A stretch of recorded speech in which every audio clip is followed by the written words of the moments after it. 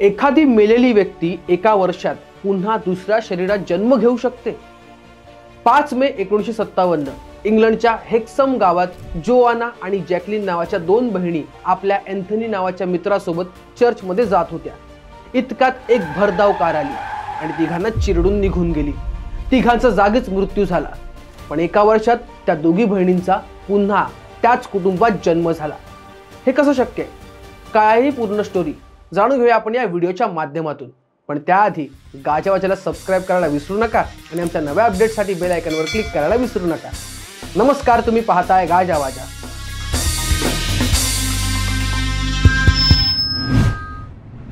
जेव्हा जोआना आणि जॅकलिनचा अपघात झाला तेव्हा त्या दोघी 11 आणि 6 वर्षांच्या होत्या।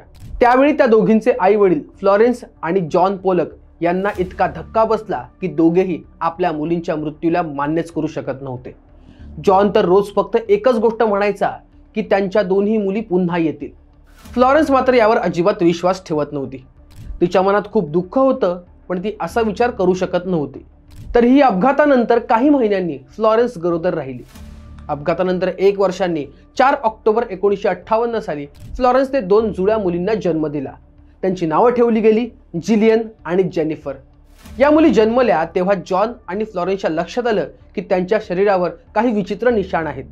जेनिफरच्या कपाळावर एक असं निशाण होतं जे त्यांच्या आधीची 6 वर्षांची मुलगी जॅकलिनच्या जखमेसारखं दिसत होतं।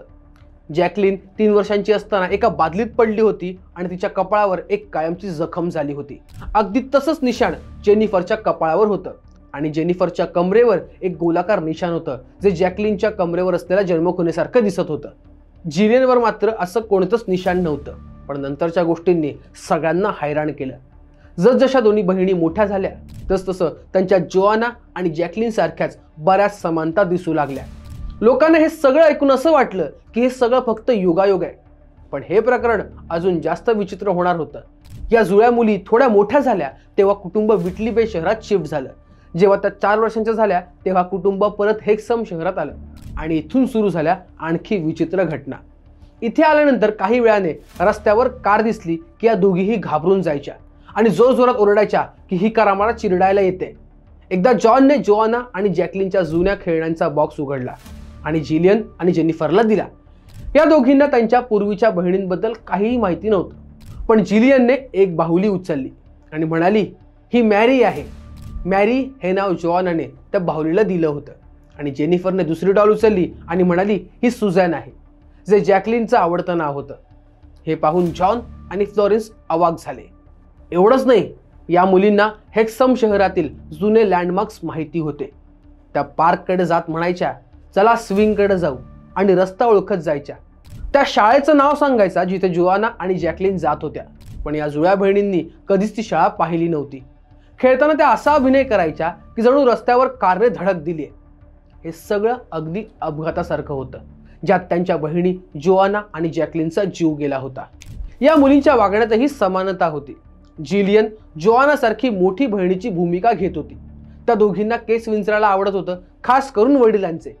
हे सगळं पाहून लोकांना वाटलं हा योगायोग आहे। पण जॉनला विश्वास होता की हा पुनर्जन्म आहे। ही बातमी लोकल न्यूजपेपरमध्ये आली आणि मग रिसर्चर डॉक्टर इयान स्टीव्हन्सन यांनी या केसचा अभ्यास केला।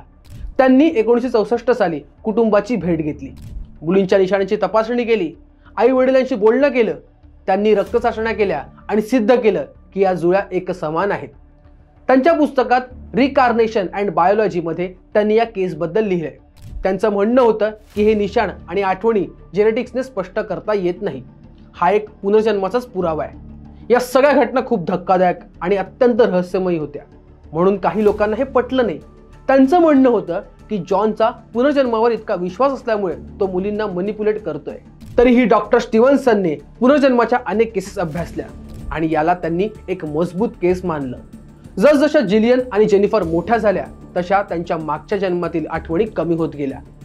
7-8 वर्षांच्या झाल्यावर त्या सामान्य आयुष्य जगू लागल्या।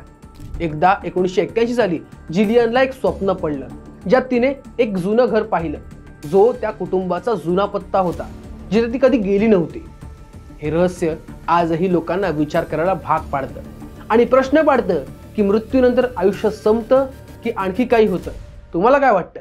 आम्हाला कमेंट्समध्ये नक्की कळवा आणि अशाच इंटरेस्टिंग गोष्टी जाणून घेण्यासाठी गाजवाच्या लाईक, शेअर, फॉलो आणि सबस्क्राईब करायला विसरू नका.